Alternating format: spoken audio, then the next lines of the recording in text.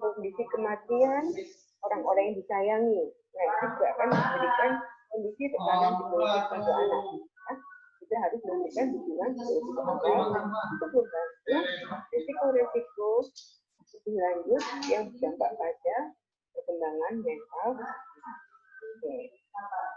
Berikutnya, dukungan psikologis awal itu artinya orang tua atau seseorang yang membantu anaknya memberikan dukungan tersebut dapat mempercepat proses pemulihan agar kesejahteraan tetap terjaga. Kesejahteraan itu apa? Kesejahteraan diri anak. Ya.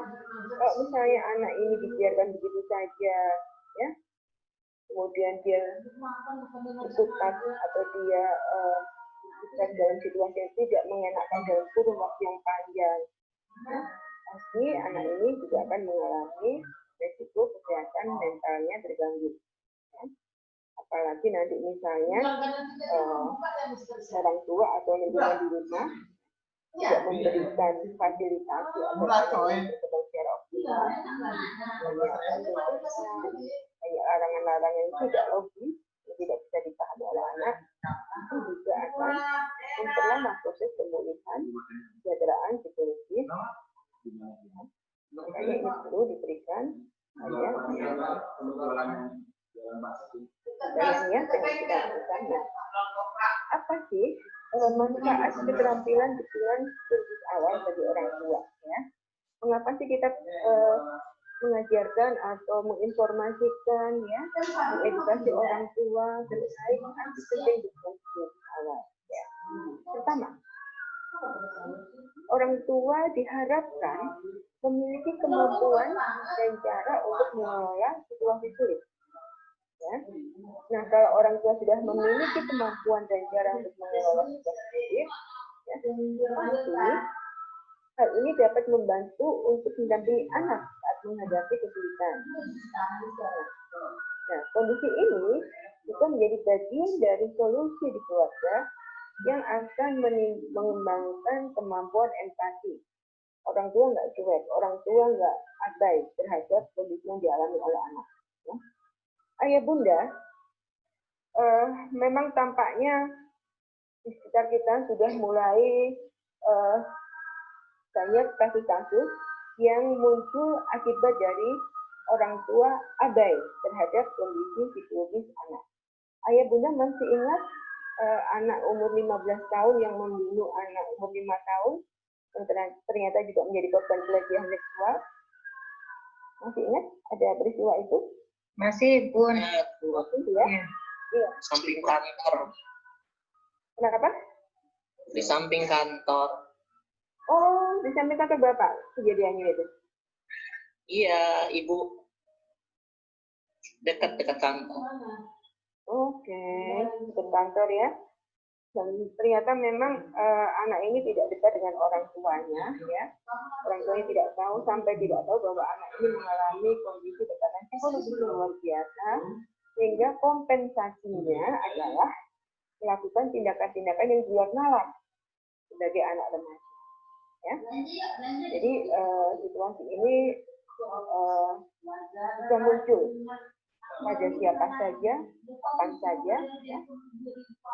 Makanya orang tua tetap perlu untuk memiliki perhatian penuh terhadap anak. Ya.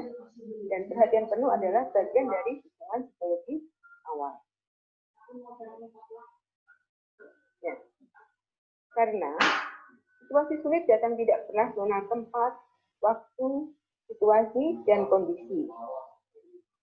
Oleh karenanya, memperbaiki keadaan lebih baik daripada mengeluh dan mencela situasi yang dihadapi. Ya. Sekarang kan banyak orang tua ya mengeluh lelah ya, karena harus mendampingi anak belajar di rumah, ya kan, yang biasanya tugas itu sebagian dilakukan oleh lembaga PAUD. Sekarang 24 jam akhirnya anak bersama orang tua. Dan ternyata tidak semua orang tua siap kan? Ya, Bapak Ibu mendengar keluhan orang tua? Bapak Ibu mendengar atau mendapat informasi bagaimana? Iya, Bunda, ada keluhan seperti itu. Iya. orang tua yang tidak siap, ya, bagaimana misalnya mendampingi anak, ngajari anak, perkara ngajari mewarnai aja loh, kadang orang tua itu nggak siap, bagaimana sih ngajari anak mewarnai, misalnya mendampingi anak mewarnai, mendampingi anak bermain puzzle misalnya, ya kan, mendampingi anak untuk bercerita bersama, kadang orang tua nggak siap, ya, nggak tahu caranya, bagaimana melakukannya, ya kan, kadang-kadang akhirnya orang tua nggak sabaran, ya, stres, marah, ya, mengeluh. Nah, ini merupakan situasi yang sebenarnya harus kita sadari bahwa di balik kesulitan ada peluang-peluang untuk orang tua menjadi lebih tangguh, ya, lebih kuat. Ya. Termasuk mungkin ya kita sebagai pendidik saat ini juga mengalami situasi yang tidak menyenangkan ya. Bapak Ibu kan diminta tetap untuk mengawal proses belajar anak didiknya ya, memberi tugas gitu kan? Iya. Bapak Ibu tetap yang sebagai pendidik tetap diminta untuk memberikan tugas, diminta untuk menyiapkan pembelajaran, meskipun daring gitu kan ya, ataupun tugas yang bertugas lain, ya. Lelah nggak, capek nggak kira-kira? Nah, jujur lebih capek daripada kita harus meet up kalau biasa ketemu, dan ternyata sekarang BDR lebih capek sih. Ya, itu semua yang dirasakan oleh orang yang bekerja dari rumah ternyata, karena kan kadang nggak ada batas waktu ya, akhirnya orang tua menghubungi kita ya kan, terus kita juga iya, akhirnya kepikiran apa ya, harus terfokus terus bagaimana mempersiapkan pembelajaran misalnya, ya kan, orang tua yang harus edukasi, ya sama ya. Tapi percayalah bahwa di balik situasi sulit tersebut ada peluang untuk mengembangkan diri. Ya. Jadi sekarang ayah bunda kakak ibu jadi tampil ya menggunakan video conference pakai widget, pakai Zoom ya, yang mungkin dulu itu nggak dilakukan, ya kan? Lebih praktis tidaknya secara penggunaan IT. Nah, itu juga hikmah yang bisa muncul dari sulit. Nah, sekarang kita kembali ke izin ini. Ya, Ibu. Izin, ketika kita sedang dilanda pandemi seperti ini di Kota Bogor, awalnya itu kan bulan Maret, April. Nah, kami warga Kota Bogor ini mengalami stres yang tinggi, Bu. Jangankan guru, anak, orang tua, pengawasnya pun demikian, Bun.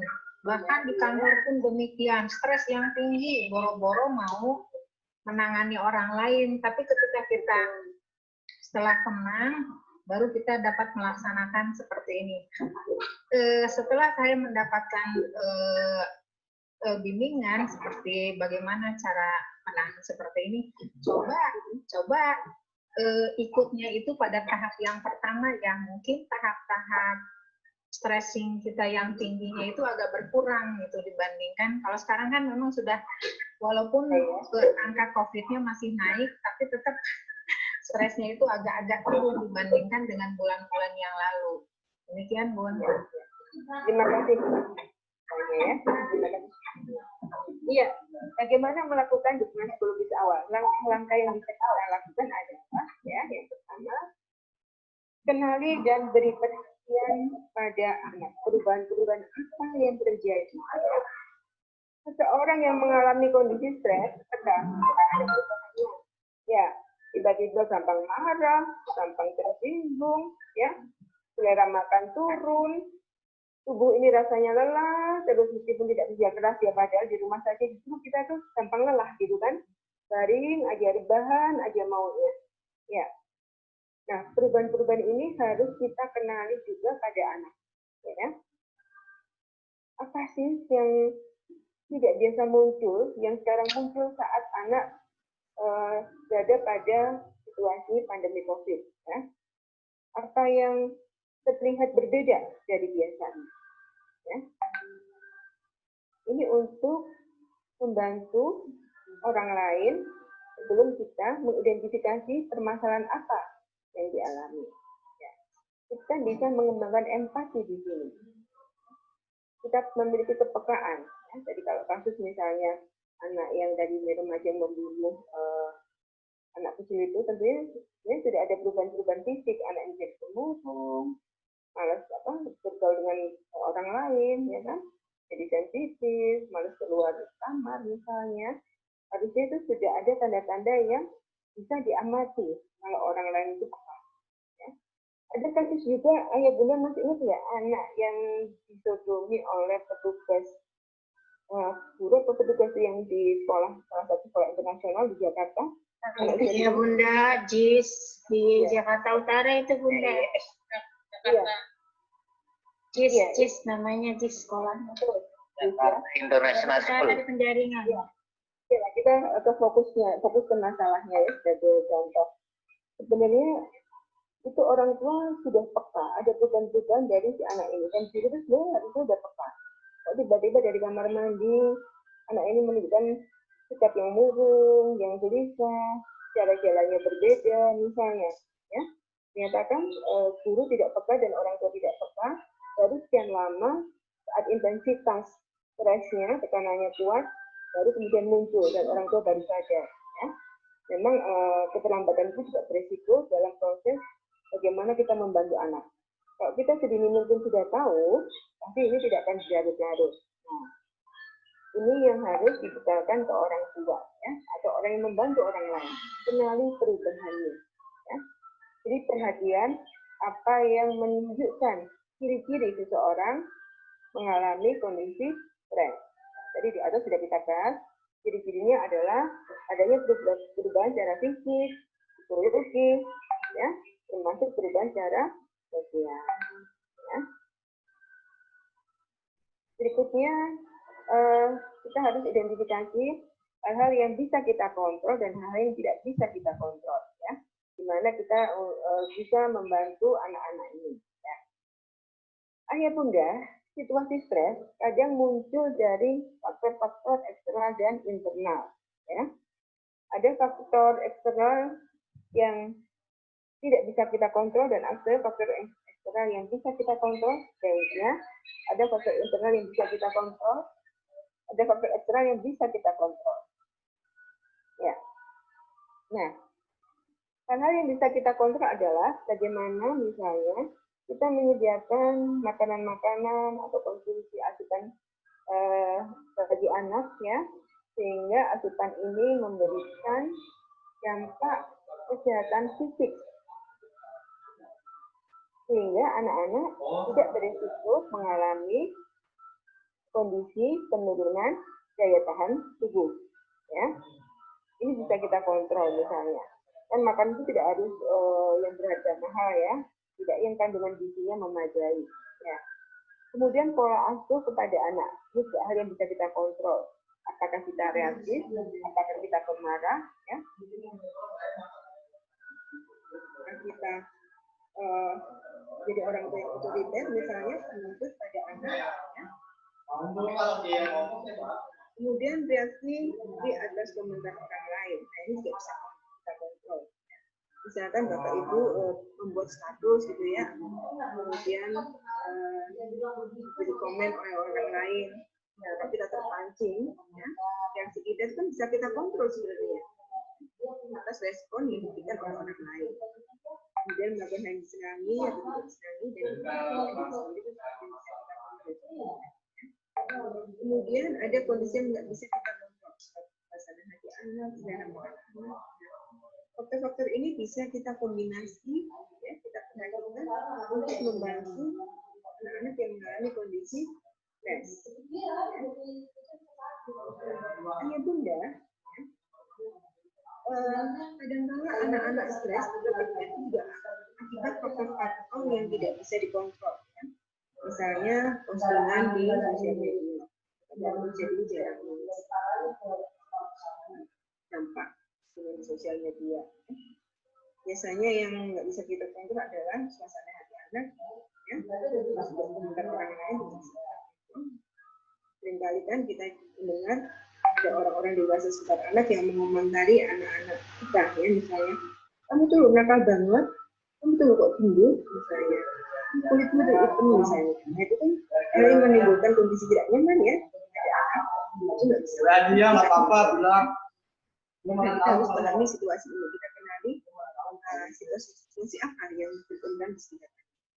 Nah, kemudian langkah psikologis awal, ya. Jadi dalam ini kita bisa menanyakan kondisi anak. Kalau misalnya anak ini tiba-tiba tak doyan makan, ya.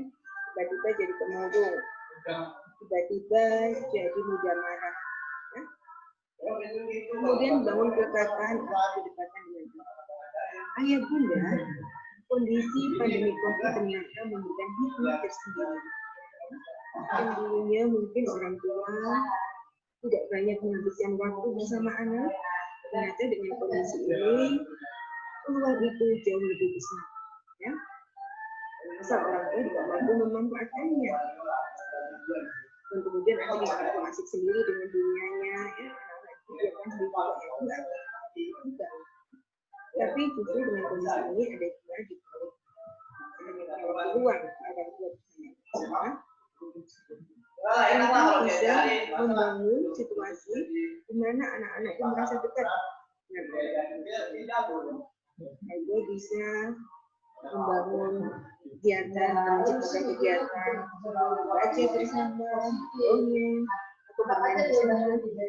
Melibatkan anak-anak untuk kegiatan-kegiatan sehari-hari di rumah. Jadi mereka untuk perhatian bareng-bareng, kemudian mengenali permasalahan anak. Kita harus tahu apa yang terjadi. Ada anak yang tipenya itu memang aktif secara fisik, ya. Dia tipenya kinestetik misalnya, dia membutuhkan aktivitas yang luar biasa. Sementara dengan kondisi pandemi ini, dia tidak bisa aktivitas di luar rumah. Berikanlah keleluasaan dia untuk beraktivitas mobilitas di dalam rumah. Artinya, orang tua harus menyediakan pembentukan hubungan rumah agar tetap nyaman. Ini penting misalnya.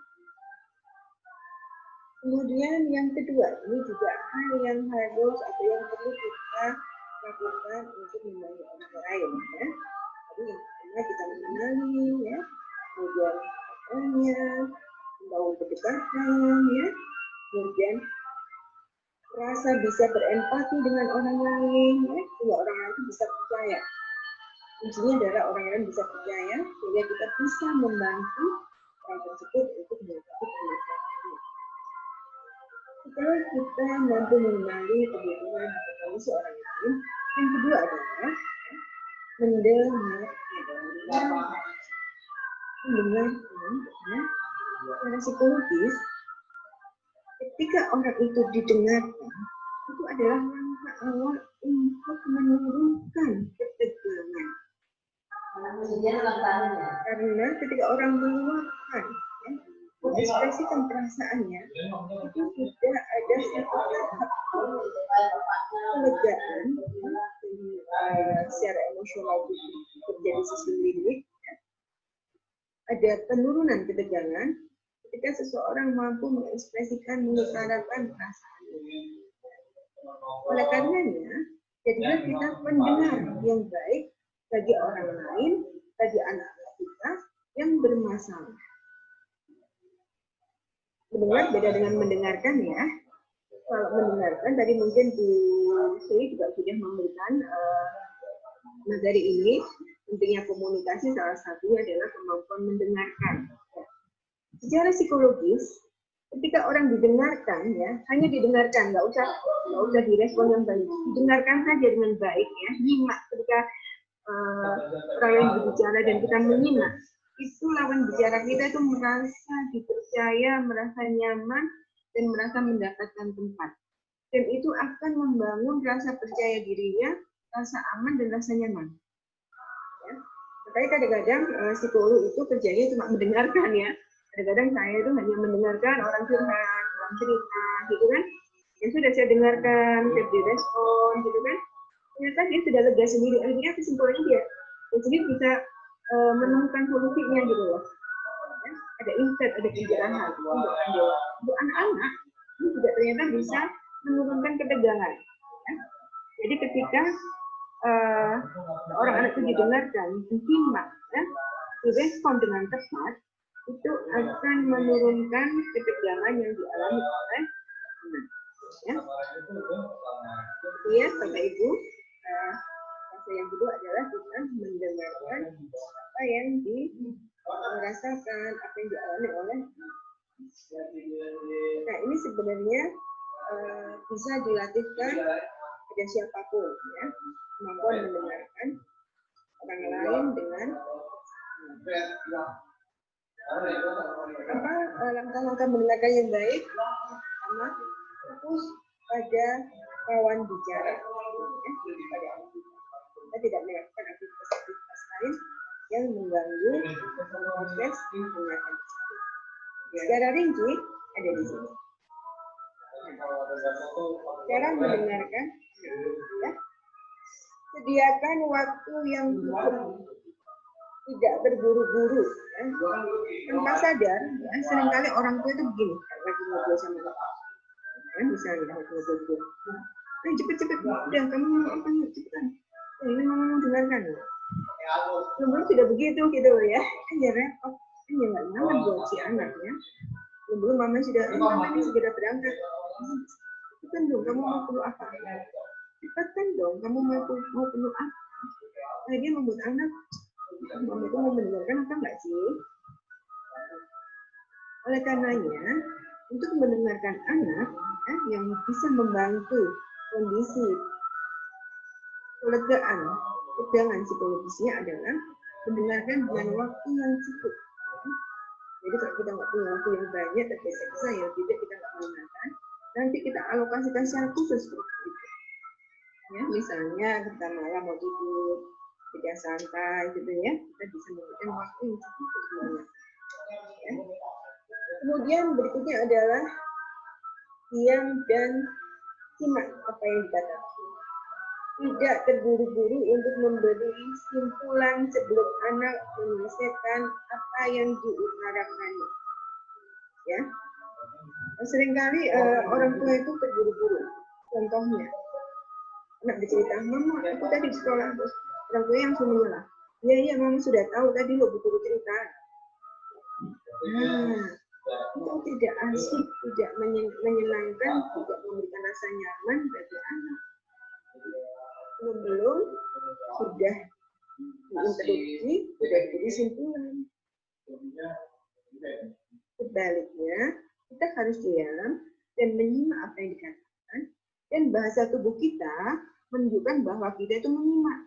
Ya, wajah kita, ya, tatapan mata kita, ya, gerak tubuh kita, ya, mencerminkan bahwa kita menyimak apa yang dikatakan oleh tidak disambi, ya, tidak kemudian sambil main gadget, tidak kemudian sambil melakukan aktivitas lain, ya. Memang perlu latihan, ya. Ini nyala loh. Saja dan kita akan berubah menjadi lebih baik. Jadi orang tua itu tidak mudah. Jadi orang tua itu sempurna itu tidak mudah, karena sempurna dalam proses. Tapi idealnya adalah individu-individu yang terus mau belajar menjadi lebih baik. Ayah bunda, bapak ibu, langkah berikutnya mendengarkan anak yang berdampak pada kelegaan perasaan ketegangan anak adalah buat anak merasa nyaman untuk bebas berbicara. Tidak kemudian memberi batasan-batasan, kamu nggak boleh ngomong ini loh ya, kamu nggak boleh ngomong itu loh ya. Biarkan anak ini screen recorder ya? Apa yang ingin dikatakan. Nanti ada waktu kita umpan balik. Kita kalau buka-buka nggak kelihatan. Kecuali kita ada tulisan yang bunyi tes. Kemudian ayah bunda serta ibu, ketika kita berbicara ya pada anak, ya, dan sebaliknya anak berbicara pada kita, ya, dalam proses dialog sebagai suatu bentuk cara mendengarkan anak, upayakan kita tidak melakukan aktivitas lain selain fokus mendengarkan anak. Ya. Oke, tadi beri waktu khusus, ya. Ciptakan situasi yang khusus untuk mendengarkan apa yang ingin dikatakan oleh anak. Kemudian tunjukkan sikap mendengarkan dan hindari halangan berkomunikasi. Ya. Ayah bunda Bapak Ibu, di buku dukungan psikologis awal itu sudah ada penjelasan rinci lebih panjang ya, bagaimana cara mendengarkan anak, bagaimana proses-proses kita membangun kedekatan dengan anak sehingga anak merasa nyaman, merasa dipercaya, merasa diterima. Ya, nah ayah bunda, saya mau bertanya nih ke ayah bunda. Kalau ayah bunda misalnya nih ngomong dengan pasangannya, misalnya nih ya, kemudian diabaikan, dicuekin ya, apa yang dirasakan oleh ayah bunda misalnya? Kesel, Bu. Misal, aku Marah. tidak dihargai, Ya, merasa tidak dihargai. tidak dihargai, ya. Apalagi? Kalau saya sih diam aja. Mau dengerin mama nggak bicara?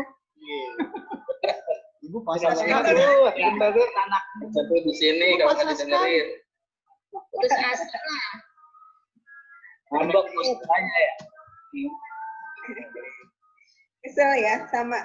Kecewa. Kita semua kan merasa nggak nyaman, kecewa. Kalau saya sudah kayak gitu, cekek ya. Ya, sudah tahu saya sudah kayak itu kecewa ya. Sudah ngomong serius, yang diajak ngomong itu nggak merespon dengan seksama, nggak. Nah, apalagi misalnya kita belum selesai bicara, sudah diinterupsi, sudah dipotong. Nah, tambah kesel kan? Anak juga begitu ya. Ketika kita kesel, suasana tidak enak, kemudian curhat sama pasangan nggak merespon dengan tepat misalnya, ya, malah mungkin interupsi, menjudge kita. Misalnya kita mau cerita, apa tadi aku begitu?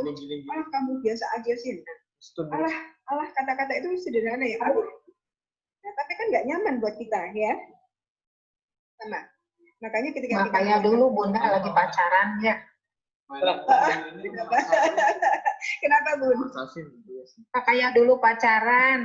Kalau ngomong tuh mata teh kontak langsung. Kalau ini sambil ngapain aja didengerin juga enggak.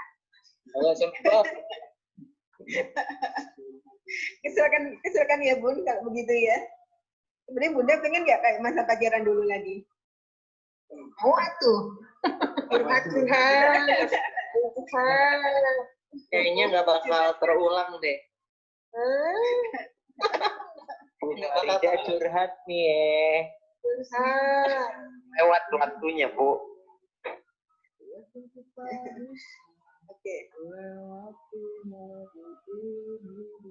Ya. Memang itu hal yang seharusnya tetap kita bangun sih ya. Jujur sih sebenarnya kita nyaman kan situasi itu.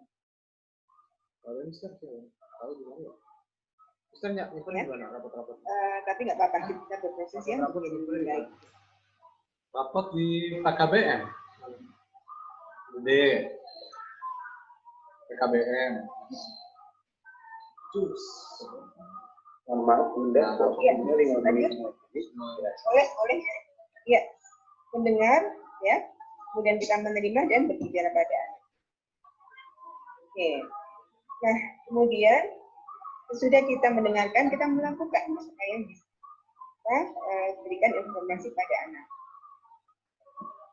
Dan berikutnya adalah setelah kita melakukan ya proses-proses seperti ini, ya, mengenali masalah anak, lakukan. Terakhir adalah kalau anak ini sudah kita bahas di awal ya, mengalami kondisi jangka panjang kan pada akhirnya. Itu bulan apa sih? Kita bikin rapot. Kan pada akhirnya Desember. ya ke psikolog, ke psikiater, ya, atau ahli pembangunannya, ya, neurolog. Kami ayah bunda, jadi yang pertama kita memperhatikan, mengenali, kemudian kita mendengarkan, ya, dan kita melakukan hal-hal yang dibutuhkan oleh anak, ya, untuk mengurangi rasa tegannya tadi, ya, dongeng, menggunakan film, ya. Berikutnya adalah menghubungkan dengan pihak-pihak lain, dengan orang-orang yang memang bisa membantu secara profesional. Kalau permasalahannya menjelas intensitas yang semakin meningkat.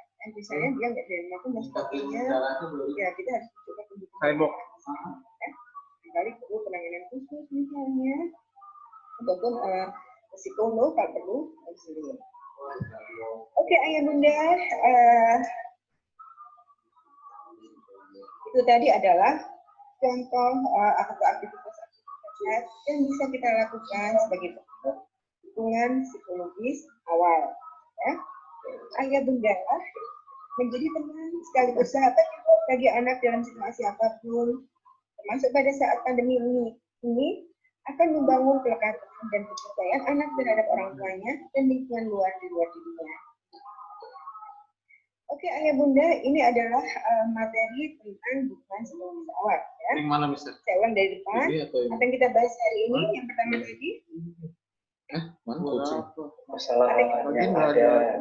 Kalau mau Oke. nih, Iya. dua terus tambah sama. Anak-anak dapat mengalami situasi sulit. Itu kan Kemudian sinergi, bukan apalagi bukan item. Ini. situasi sinergi. sulit berdampak pada Jadi harus kondisi punya sinergi fisik, dan psikologis yang maupun mana? Oh, ya. iya. Dan kemudian Itu lumayan. Jadi dan itu itu memerlukan pertolongan pertama pada kondisi problem psikologis. Pertolongan pertama adalah bentuk dukungan psikologis. Dukungan psikologis awal bisa dilakukan oleh orang tua atau orang lain yang ada di sekitar anak. Kemudian langkah-langkah yang dilakukan ada 4 hal. Yang pertama, mengenali ya kondisinya. Kemudian kedua, mendengarkan problemnya apa yang dirasakan.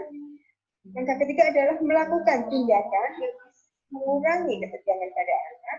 Dan yang keempat, kalau situasi ketegangan tekanan psikologis itu semakin meningkat, maka kita harus rujuk ke ahli yang bukan tugas kita. Karena ada orang-orang yang memang ahli di situ dan secara profesional bisa membantu. Oke, Ayah Bunda, ini materi yang bisa saya sampaikan. Kita akan diskusi untuk proses berikutnya ya, tanya jawab. Saya kembalikan ke moderator pada Pak Mustafa. Silakan Ya. Pak Mustafa. Terima kasih Bunda Nur, luar biasa paparan yang sudah disampaikan secara menyeluruh dan mudah-mudahan ini menjadi wawasan bagi Bapak Ibu sekalian dalam rangka memberikan feedback lebih lanjut di satuan Bapak Ibu masing-masing atau di wilayah kerja Bapak Ibu masing-masing. Baik Bapak dan Ibu, langsung saja kita lanjutkan dengan sesi tanya jawab. Seperti biasa ada raise hand yang dimonitor Bapak Ibu. Silakan jika ingin bertanya. Dan untuk yang pertama kami beri kesempatan buat Ibu Silvianti Evi atau Evi Silvianti. Ibu Silvianti Evi. Silakan. Ya, terima kasih kamu. Ya. Tadi Ibu mengatakan kalau anak itu terganggu kondisinya, dia akan melakukan kompensasi. Basic Bu Evi. Enak banget ya dibilang. Mungkin masuk grup ini dengan dua nama. Jadi Ya, tidak Pak. Ya. Akhirnya anak Sama kayak ini Pak. melakukan anak ibunya Itu salah satu mesti kompensasi mekanisme anak ibu atau kompensasi rasional. Apakah menurut Ibu yang normal, yang wajar begitu melakukan mengeluarkan mekanisme pertahanan ibunya Bu dalam psikologi perkembangan kita sebagai manusia kan mekanisme pertahanan ibu ya nanti itu kompensasi seperti yang dikatakan tadi. Apakah itu masih dianggap normal Bu? Terima kasih. Ya, terima kasih Bu Nes. Respon ya. Silakan. Benar. Itu konsepnya psikoanalisa ya, punyanya Freudian kan Bapak Ibu saya informasikan di sini. Jadi pada dasarnya manusia itu tidak mau merasa tidak nyaman. Ya. Manusia itu selalu ingin mencari rasa nyaman, pleasure principle ya, perasaan nyaman. Sehingga ketika tidak nyaman ya, ada tekanan, ada ketegangan, manusia itu mencari mekanisme pembelaan diri, melindungi egonya, melindungi dirinya agar tetap merasa nyaman. Ada banyak bentuk yang dilakukan untuk mengatasi kondisi ketidaknyamanan, ya, yang disebut dengan mekanisme pembelaan diri, defense mechanism istilahnya. Ada yang misalnya mengkompensasi dengan cara menyuplin, ya, jadi melakukan hal yang positif, ya, misalnya dia sekarang bukan karena bisa keluar rumah misalnya, tapi kemudian perasaan tidak nyaman dengan belajar IT sehingga dia bisa menguasai program komputer misalnya, ataupun model pembelaan diri dengan menyalahkan orang lain. Itu biasa juga muncul, ya. Menyalahkan orang itu kan cara untuk mengurangi rasa bersalah kita, ya. Menyalahkan orang lain itu cara untuk mengurangi ketegangan kita, biasanya. Itu bisa dilakukan. Nah, sebenarnya mekanisme pembelaan diri itu suatu hal yang harusnya bisa dilakukan lebih proporsional, ya. Itu kan hanya cara untuk mengkompensasi kondisi-kondisi yang tidak nyaman. Menurut saya, ini harus dibantu seseorang itu melihat permasalahan lebih proporsional, ya. Jadi anak-anak yang menunjukkan perilaku kompensasi atau cara-cara untuk melepaskan dari ketegangan, tetapi tanda kutip dengan cara yang tidak proporsional, itu perlu kita bantu agar mereka lebih proporsional, lebih realistis, ya, menghadapi soalan. Adik ya, iya Bunda. Terima kasih, Bu. Nah, terima kasih Bunda. Baik, sebelum berikutnya kan silakan Ibu Ulfa. Ibu Ulfa. Ini mana hero 1? Ini ya. Silakan. Ulfa. ada Gimana Ulfa ada? Jangan hero kalau dapat mah. Oh itu nambah ya. Baik, kalau Bu Ulfa belum kalau itu, kita beralih ke Pak EF dulu. Pak EF, Terima kasih Pak Mustafa. Assalamualaikum warahmatullahi wabarakatuh, Bu Dr. Nuraini. Iya, tadi Ibu sudah memaparkan tentang dukungan psikologis awal pada pandemi COVID-19 ini. Sudah kita tahu ada dampak yang berkelanjutan. Nah, di sini sangat dikhawatirkan oleh kita semua, terutama 3 mata rantai. Yang pertama adalah guru, yang kemudian yang kedua adalah siswa, dan yang ketiga adalah orang tua. Nah, di sini yang saya pertanyakan, Bu, ini sasarannya mungkin ke dampak psikis guru, psikis anak, dan psikis orang tua. Di mana ini saling berhubungan. Nah, dalam apalagi didengar tadi bahwa PAUD, khusus PAUD itu akan dibuka November. Jadi masih dalam BDR, Bu. Di sini bagaimana membangun. Yang pertama adalah guru, ada sebagai garda terdepan dari pendidikan ini. Kemudian yang kedua adalah anak, dan yang ketiga adalah orang tua, untuk mendukung atau memotivasi dukungan psikologis awal pada mereka. Mungkin ada kiat atau trik khusus dari Ibu untuk mendalami hal ini. Terima kasih, Bu. Terima kasih, luar biasa pertanyaannya, ya, sangat relevan dengan kondisi ini. Baik, ya, sekarang ini kan memang banyak orang yang mengalami kondisi cemas, galau, stres, ya. Kemudian kekhawatiran akan kehidupan selanjutnya, ya, bulan-bulan selanjutnya, tahun-tahun berikutnya itu seperti apa. Bukan hanya ancaman penyakit, tapi juga ancaman sosial, ancaman ekonomi yang mungkin kita belum semuanya siap. Nah, Ayah Bunda, untuk mengatasi situasi ini yang pertama adalah kita harus bersama-sama menguatkan diri, ya. Sama-sama menguatkan diri semua pihak bahwa ini adalah kondisi yang memang harus dihadapi, ya. Tidak bisa kita melarikan diri dengan kondisi ini. Artinya kita harus siap menerima kenyataan apapun itu. Ya. Kita harus menerima kenyataan. Kondisi siap menerima kenyataan ini akhirnya akan menjadikan kita lebih realistis. Ya sudah, memang sekarang ada ancaman penyebaran virus yang berisiko terhadap kesehatan. Ya. Ada ancaman kemudian mungkin secara ekonomi mengurangan pemasukan, pengurangan kemudian kesempatan untuk pengembangan diri misalnya, ya sudah kita harus menerima ini mendadak. Ya. Karena banyak orang juga mengalami hal yang sama. Yang kedua, kita mengenali peluang-peluang untuk bisa lebih kreatif menyikapi situasi pandemi COVID ini. Ya. Tentu untuk melangkah ke sana, kita kan harus bisa mengelola diri dulu ya, tenang dulu. Nah, kita cari informasi-informasi yang positif, informasi-informasi yang membangun ya, dan informasi-informasi yang menakutkan. Hindari hoax, berita-berita yang tidak jelas, berita-berita kekhawatiran, hindari itu semua, tapi justru cari kesempatan untuk mengembangkan diri dengan informasi-informasi yang bagus. Karena apa yang ada di pikiran kita, ya, akan mempengaruhi cara pandang kita terhadap dunia dan sekitarnya, terhadap diri kita, terhadap orang-orang di sekitar kita. Kemudian cara pikir kita mempengaruhi cara pandang kita, hal itu akan mengakibatkan perilaku kita. Ya.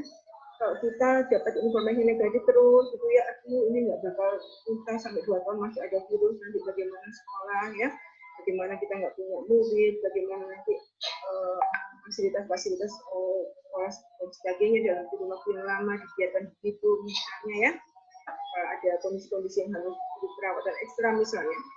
Kemudian dengan pemikiran-pemikiran yang berlebihan seperti itu pasti akan menguras energi dan itu menimbulkan output negatif terhadap cara pandang kita, ya, sehingga itu akan mengikuti energi mental kita.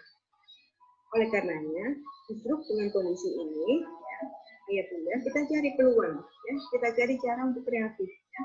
Misalnya nih ya, Bunda kan ini waktu di rumah misalnya ya, lakukan aktivitas-aktivitas di rumah yang bisa meningkatkan produktivitas, misalnya tertentu bisa meningkatkan atau meningkatkan ya menjadi lebih produktif ya, dan itu semua bisa kita dapatkan informasinya ya melalui media sosial atau buku. Ya. Kemudian kita asah kembali potensi-potensi kita yang kemarin-kemarin tidak bisa teraktualisasi karena kita sibuk di luar, sibuk kerja di luar rumah, ini bisa dilakukan saat ini. Intinya itu, karena kita harus adaptif, adaptif dengan perubahan. Nah, langkah yang ketiga, kita mampu yang potensi dan jatuh. bagaimana kita menjadi diri yang baru, diri yang mampu meningkatkan produktivitas meskipun dalam masa pandemi COVID. Yang suka nulis, silakan menulis. Ya. Jangan khawatir nanti kalau tulisan itu kualitas pasti bisa dimuat di media massa. Ya. Ataupun nanti jadi buku ya, yang bisa dibaca banyak orang misalnya ya. Kita di blog misalnya, itu bisa dilakukan. Kemudian yang menyukai kegiatan-kegiatan keterampilan misalnya Bunda yang suka menjahit, memasak, itu bisa juga meningkatkan kreativitas pada saat pandemi COVID ini. Artinya, lakukan suatu hal, ya. Lakukan aktivitas yang bisa membuat kita tetap produktif, kita tetap merasa bahwa kita ini memiliki peluang untuk mengembangkan diri, ya. Bahwa kita itu tidak terpuruk, itu penting. Ya. Karena banyak kejadian dengan kondisi ini orang terpuruk, orang merasa nggak ada pilihan, ya. Padahal sebenarnya pilihan itu ada pada diri kita. Itu ya Bunda ya, Ayah ya. Jadi terima kasih Bu. Hindari informasi-informasi yang negatif lah, ya. Cari teman lah, cari komunitas yang saling menguatkan. Seperti saat inilah, ayo Bunda mengikuti kegiatan fintech ini salah satu cara untuk mendapatkan teman, ya. Berinteraksi dengan banyak orang, mendapatkan pengetahuan baru misalnya ya. Ya, Ada lagi? terima kasih. IT, Bunda, yang jauh menjadi dekat, terasa dekat. Orang Surabaya terasa dekat di Kota Bogor. Ya, baik. Bapak dan Ibu, ini masih ada beberapa penanya lagi, sementara waktu terbatas, ini mohon maaf. Selanjutnya kami persilakan kepada Ibu Ari. Ya, Ibu. Boleh dicatat nomor HP saya misalnya, kalau Ayah Bunda memerlukan informasi, silakan. Oh iya, tadi di awal juga sudah disebutkan nanti. Sudah ya, barangkali sebutkan lagi kalau Ayah Bunda memerlukan di Iya. bisa dihubungi di 0816. Boleh di room chat itu di Chat ya, iya bisa tulis ya. ya baik. Silakan. Untuk Kita lanjut selanjutnya lagi. silakan Ibu Ani Suryani. Bu Ani, ada Ibu Ani? Baik, tidak ada. Kalau gitu kita ke Pak Theophilus. Silakan Pak Theo. Pak Theo. Baik, Bapak, terima kasih. Siap. Kasih Nuraini, maaf. Pertanyaan saya ada dua. Yang pertama, di masa BDR ini banyak sekali orang tua yang akhirnya juga mengalami tantrum karena anaknya tantrum, orang tua tantrum. Dalam hal ini seperti ini, misalnya anaknya tantrum karena orang tua tidak memahami trik atau tidak paham atau kurang mengerti bagaimana mengatasi, sehingga ketika anak itu tantrum, orang tuanya pun ikut tantrum, seperti itu. Nah, trik yang paling mudah untuk kita bisa berkomunikasi dengan orang tua untuk mengatasi itu seperti apa? Ini yang pertama. Dan yang kedua, bagaimana ketika anak, maaf karena kebetulan di sekolah kami punya juga kelas inklusi, jadi ketika anak-anak yang memiliki atau ABK mengalami sibling atau penomorduaan. Jadi orang tua lebih mengutamakan kakak atau adiknya yang normal daripada anaknya yang ABK ini. Walaupun seperti kemarin di awal-awal kita sudah diberi masukan, kita tidak menuntut proses yang harus dilakukan, tidak ada deadline, tapi itu hanya satu proses pembelajaran. Terima kasih, Bunda. Itu pertanyaan saya. Ya, terima kasih Pak Theo. Pertanyaan Pak Theo juga sama dengan pertanyaan Pak Rudi sepertinya itu yang pertama itu. Jadi bagaimana menghadapi anak tantrum dan orang tuanya kadang-kadang ikut-ikutan tantrum gitu ya Pak. Ya, silakan. Ini kejadian yang merupakan fenomena ya. Tidak hanya di sekitar Bapak Ibu, Ayah Bunda, tapi dimanapun ini bisa terjadi. Ya. Orang tua yang bermasalah. Ya. Ketika mereka juga menghadapi situasi tidak nyaman, situasi tegang. Ya. Kita bisa bayangkan dengan kondisi seperti ini, misalnya orang tua dibebani, ya, tanda kutip ya, mendampingi anak belajar dari rumah, ya, kemudian tetap menyediakan semua urusan logistik anak. Di sisi lain mungkin ada tekanan-tekanan dalam pekerjaan, ya, ada tekanan secara finansial mungkin ya, sehingga orang tua akhirnya juga tanda kutip sensitif dan mengalami kondisi ketegangan, ya kan? Betul. Gitu, ya. Iya, betul. Sehingga orang tua juga bermasalah. Nah, masalah apa yang terjadi? Eskalasinya semakin meningkat, ya. Makanya data menunjukkan bahwa KDRT itu semakin meningkat pada saat kondisi belajar dari rumah maupun BDR ini. Ya. Bahkan di Wuhan itu informasi yang saya dapat, angka perceraian semakin meningkat, ya. Betul. Karena memang betul kekerasan dalam rumah tangga semakin meningkat saat BDR ini. Ya. Inilah program kita bersama. Pokok pangkal dari kondisi tersebut ya adalah situasi yang memang tidak nyaman yang dialami oleh anggota keluarga. Sebubi mana Bu? Sekarang bagaimana solusinya? Ketika orang itu yang catur tidak tadi. menyadari bahwa Legend yuk yang caturnya tadi. tentunya kita sulit untuk membantu. Jadi untuk membantu orang yang sedang bermasalah adalah orang dewasa ya Pak ya, ketika dia merasa memang ada masalah pada dirinya dan mencari bantuan pada orang lain. Jadi kalau misalkan ada orang tua bermasalah, coba cari bantuan ke orang lain yang bisa dipercaya untuk mendapatkan dukungan psikologis awal. Makanya sama sahabat ya, orang-orang dekat yang positif, yang bisa mendengarkan kita, yang bisa memahami kita, itu dibutuhkan pada situasi seperti ini. Ya. Kami dari Himpunan Psikologi Indonesia memberikan fasilitas curhat gitu ya, yang ingin memanfaatkan itu luar biasa ya. Banyak orang yang memanfaatkan, mencari teman ngobrol, teman curhat, orang yang bisa diajak mendengarkan. Jadi kalau misalnya orang yang merasa jadi kita cari orang lain yang bisa membantu untuk mendengarkan ya, berbagi perasaan ya, untuk setidaknya mengurangi rasa tidak nyaman. Nah kalau kemudian orang tua ini tidak merasa perlu bantuan ya sudah, kita tidak perlu memaksa orang lain berubah jika dia merasa tidak perlu berubah. Jadi mungkin menikmati ketegangannya, menikmati tantrumnya. Ada orang tua yang seperti itu dia marah terus. Ya sudah, kita tidak bisa sebagai itu. Kalau di psikologi juga sama Pak, kita tidak akan untuk orang yang tidak merasa perlu berubah, kan sulit itu. Jadi makanya kalau ada orang yang perlu dibantu, segeralah kita membantu. Kemudian kalau kita sendiri, ya misalkan kita sendiri dan kita mengalami kondisi itu, apa yang harus kita lakukan? Yang pertama menyadari tadi bahwa semua orang memang bermasalah. Kemudian kita mencoba menghealing, mengerjakan ketegangan. Ada beberapa cara yang bisa kita lakukan. Bisa relaksasi fisik.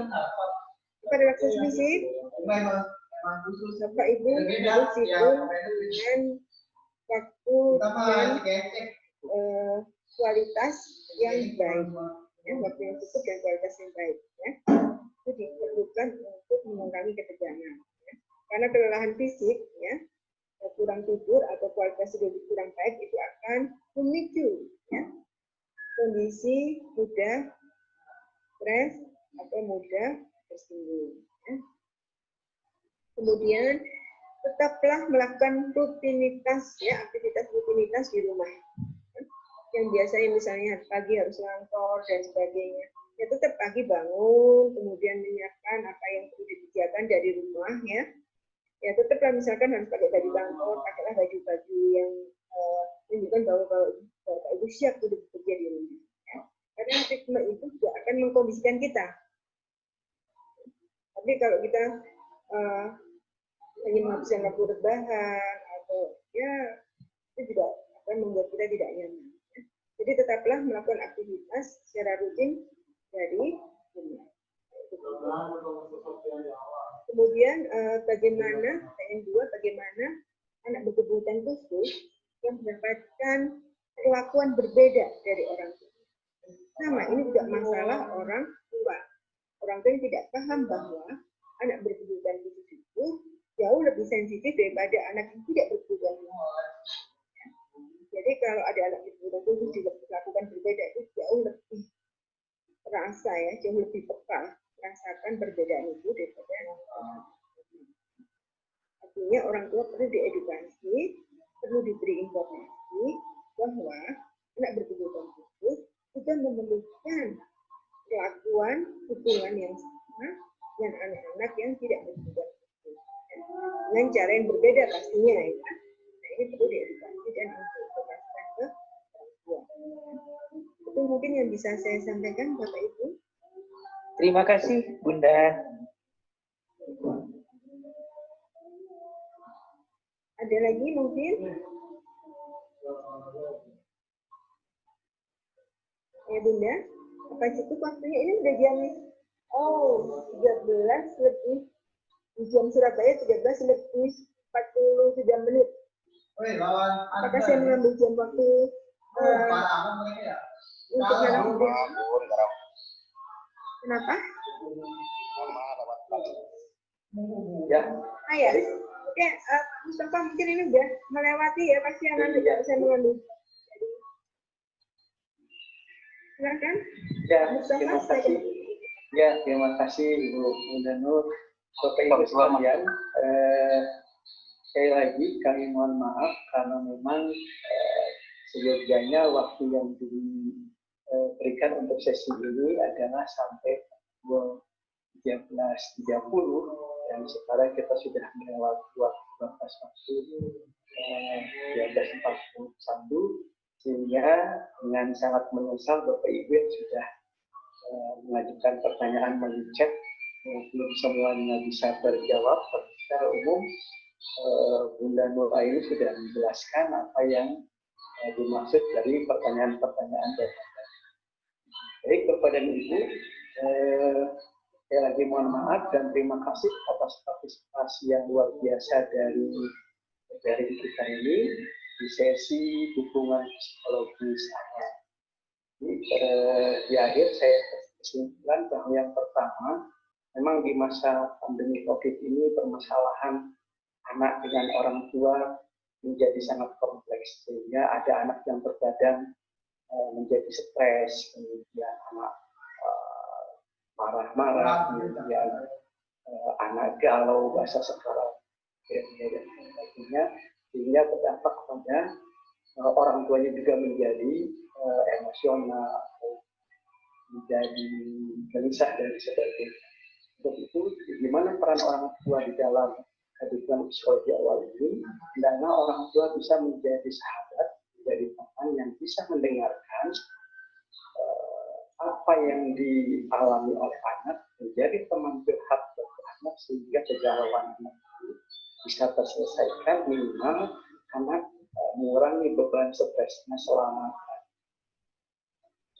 Baik, mungkin itu sekilas yang bisa saya simpulkan dari hasil kegiatan ini, dan mudah-mudahan apa yang sudah disampaikan oleh ini memberikan wawasan sekaligus pemahaman bagi kita untuk nanti kita memberikan pembebasan kepada satuan-satuan PAUD di wilayah Bapak dan Ibu bagaimana melaksanakan dukungan psikologis awal, khususnya pada saat anak-anak kita belajar dari rumah. Demikian, terima kasih. Demikian kurangnya mohon maaf. Dan di akhir sesi ini, seperti biasa kita akan melakukan sesi foto bersama. Kami mohon Bapak Ibu silakan aktifkan videonya.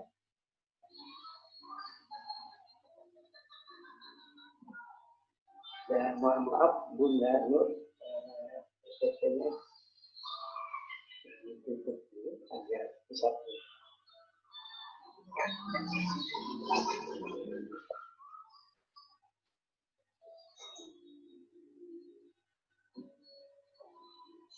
Ya Bapak Ibu akan melakukan sesi foto.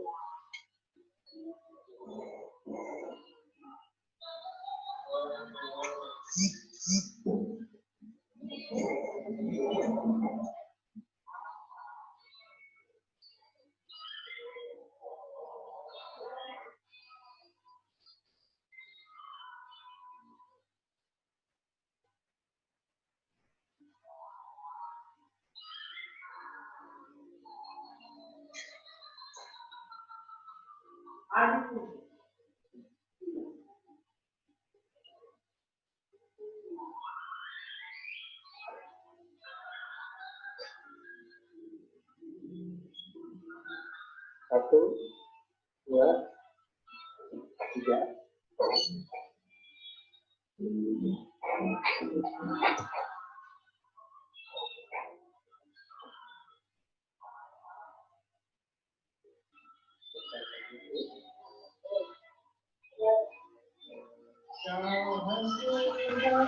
Meriluku. Apakah Bapak Ibu sudah terlihat semua tampilan ininya, videonya? Terlihat gimana Bapak Ibu? Belum, masih ada Ibu. Oh, Ibu Nur, mohon maaf. Mustafa deh 0064 sudah. Nah, sebentar ya. Ibu Nur, mohon maaf. PPT-nya bisa di pause dulu. Ya. Dokumen.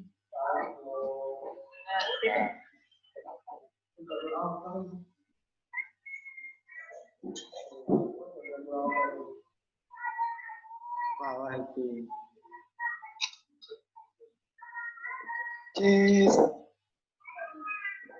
Bentar Bapak, bentar ya. Saya hitung 1, 2, 3.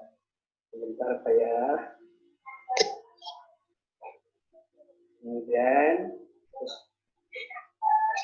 ya 1, 2, 3.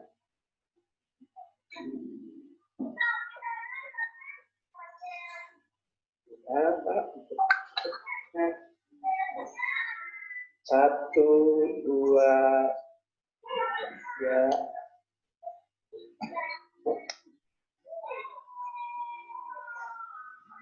Untuk berikutnya, saya lewatkan dulu. 1, 2, 3.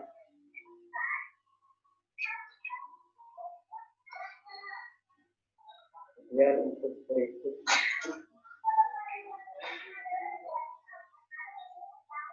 1, 2, 3. Yang jelas cuma Sunarti doang. Saya udah belum Pak. Sunarti dulu si Mampang. Terima kasih antisipasinya untuk jadi kita di Korea. Kayaknya semuanya Bu Sunarti semua. Ya. Materinya bagus sekali. Terima kasih Pak Gopal, terima kasih Mustafa. Nanti kamu Silakan Pak. Mohon perhatian Bapak Ibu, nanti di pukul 14 kita akan segera bergabung kembali dengan sesi berikutnya dengan materi kalau masalah materinya daring ya. Daring ya, daring.